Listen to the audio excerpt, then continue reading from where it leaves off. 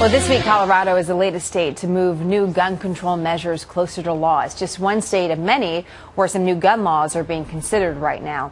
A debate on stricter gun control is also happening on a national level, as you know. In the United States, an estimated 70 million Americans own guns. That's 1 out of 3 of us. And last year, more background checks for gun ownership were conducted than any year in history. In fact, we saw a new record in December.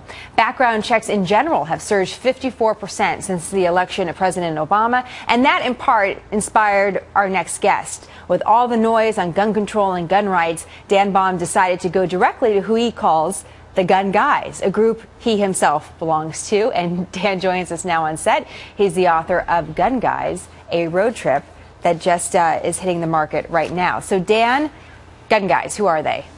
They are, I was surprised. They are a lot of Jews, which surprised me. I'm a Jewish guy. I'm a Jewish liberal Democrat. I couldn't believe how many Jewish gun guys I met. A lot of liberals, but a lot of conservatives, but women, African Americans, white, old fat white guys, as they call themselves, is kind of the bulge of the gun guy demographic. So what surprised you about that? The big surprises for me, I drove around the country, drove 15,000 miles. The big thing, I always knew how attractive guns were to shoot and to handle, because I liked them myself. But I had never really thought about the way we gun guys get a lot of pride out of just owning these guns, managing them safely, taking care of them, using them effectively.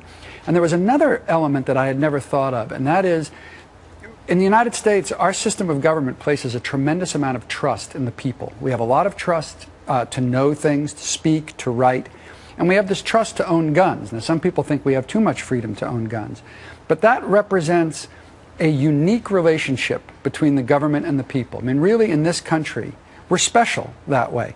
And a lot of gun guys would talk to me about how proud they are to be participating in American history, just by being a gun guy, just by being one of the people who is allowed to own firearms. In the beginning of the book, one of the things you mentioned is that you felt that this gun debate, or the conversation we're having about guns, is really divided between party lines. And that's something you wanted to explore more. And after this journey that you document in your book, what do you think about that? Are we having the right conversation about guns in this country? No. Oh, God, no. I mean, there's all kinds of things we could do if we wanted to be safer around these 300 million guns that we live with. There are all kinds of things we could do that have nothing to do with gun bans.